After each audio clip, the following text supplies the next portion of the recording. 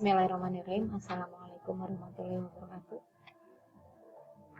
Bertemu lagi dengan saya di pelajaran PPM, pengolahan dan penyajian makanan. Gimana? Masih semangat minggu ini? Harus semangat ya, walaupun masih di masa pandemi. Baiklah, sekarang kita akan masuk ke materi baru tentang makanan sepinggan atau one dish meal ya, one dish meal, makanan sepinggan. Mungkin ada yang tahu apa itu makanan sepinggan?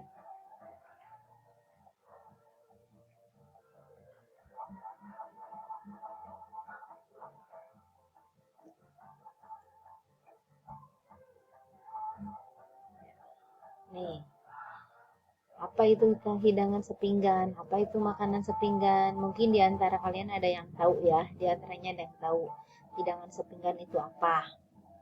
Nah, sekarang coba lihat di gambar. Apa yang kamu pikirkan tentang gambar ini?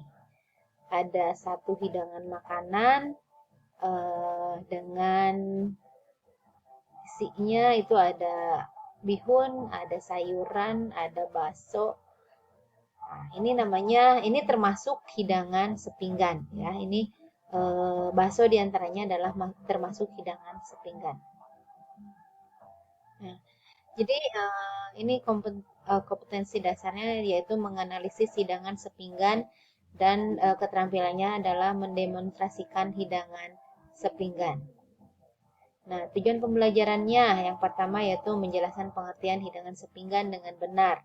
Kemudian menjabarkan ciri-ciri hidangan sepinggan dengan benar dan tepat di kelas dan mengemukakan contoh dari hidangan sepinggan dengan percaya diri di kelas. Menentukan alat dan bahan yang digunakan untuk pembuatan hidangan sepinggan dengan tepat di kelas. Menentukan prosedur pembuatan hidangan sepinggan atau sesuai dengan resep. Kemudian menentukan kriteria hasil hidangan sepinggan dengan benar dan tepat.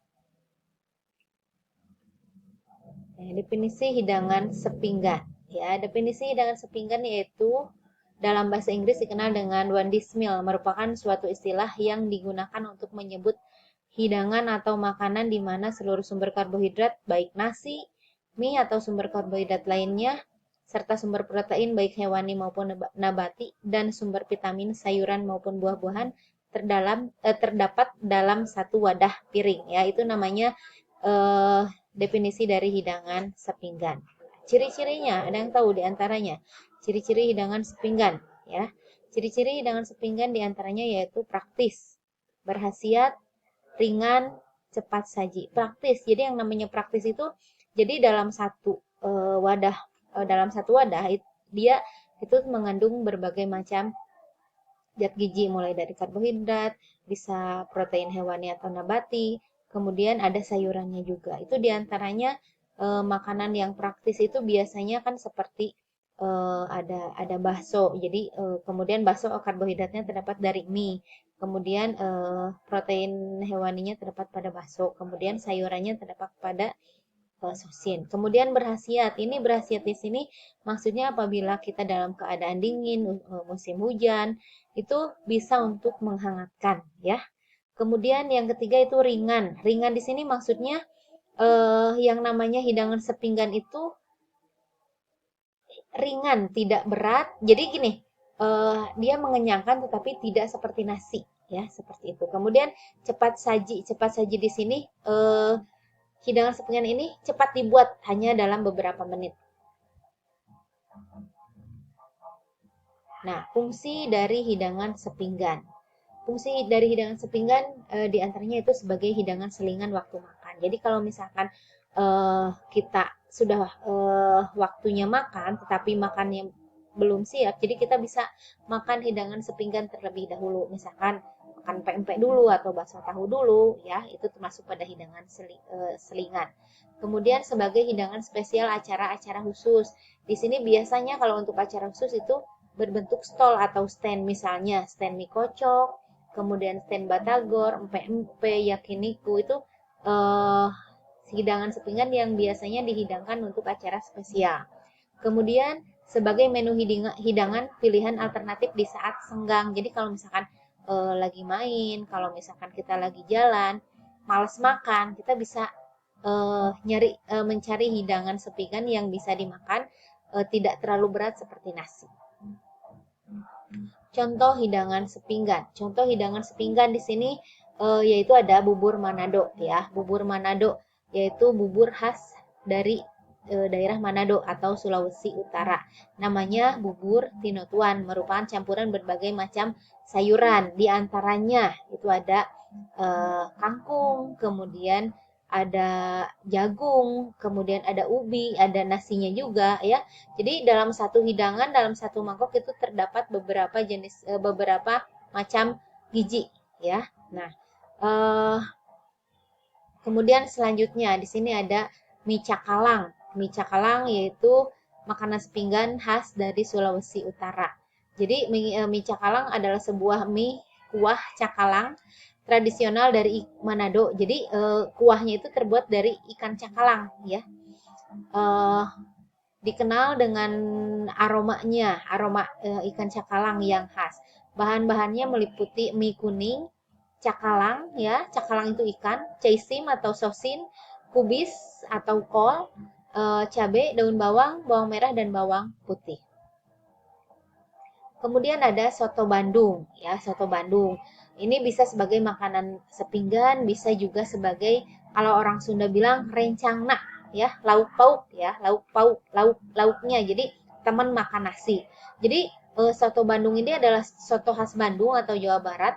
Sepintas soto yang berbahan dasar daging ini biasanya daging atau tetelan atau khas dalam ini hampir sama dengan soto lain, tetapi cara pembuatannya adalah ada tambahan lobak, tomat, dan kacang kedelai yang digoreng di dalamnya. Soto tanpa santan ini biasanya disantap dengan nasi dan kerupuk. Bisa juga ditambah dengan kecap dan sambal.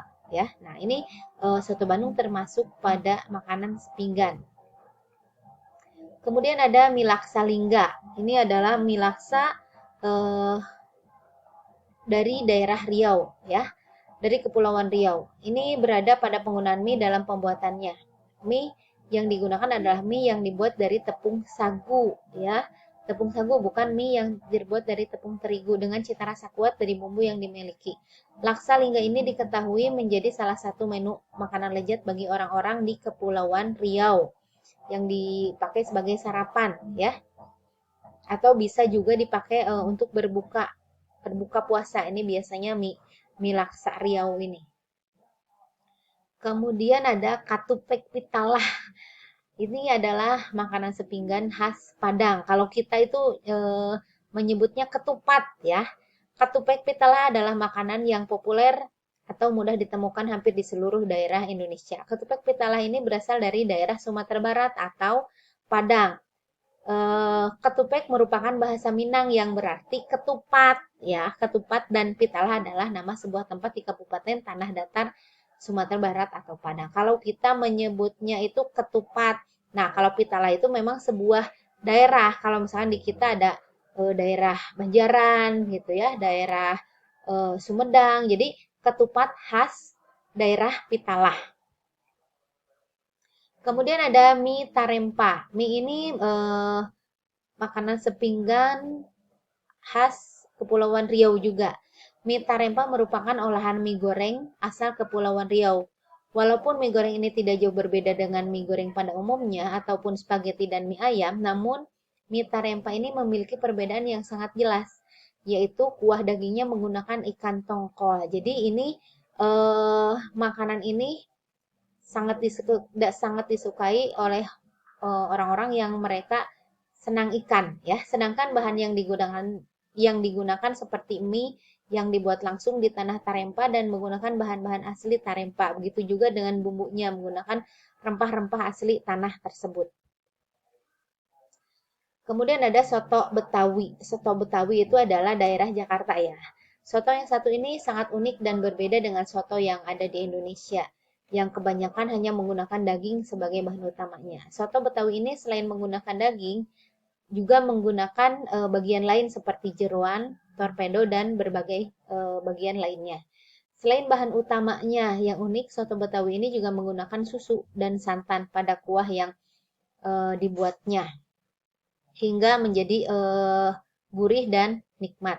Dalam proses penyajiannya, soto Betawi biasanya disajikan dalam mangkuk dengan berbagai bahan seperti bawang goreng, irisan tomat, irisan daun bawang, irisan daun seledri. Soto Betawi ini biasanya dihidangkan bersama nasi, sambal, acar, minyak samin, jeruk nipis, dan emping.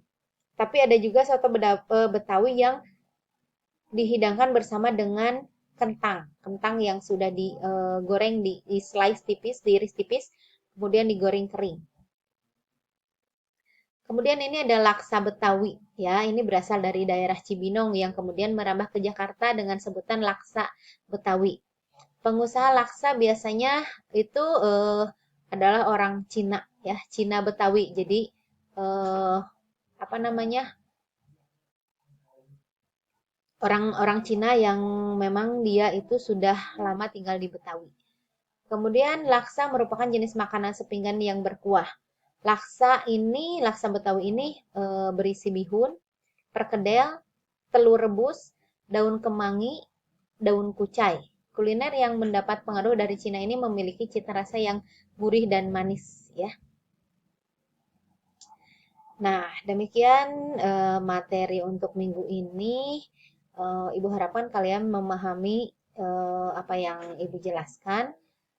Jadi sekian dulu materi yang Ibu berikan hari ini. Sampai jumpa minggu depan dengan materi baru. Terima kasih. Wassalamualaikum warahmatullahi wabarakatuh.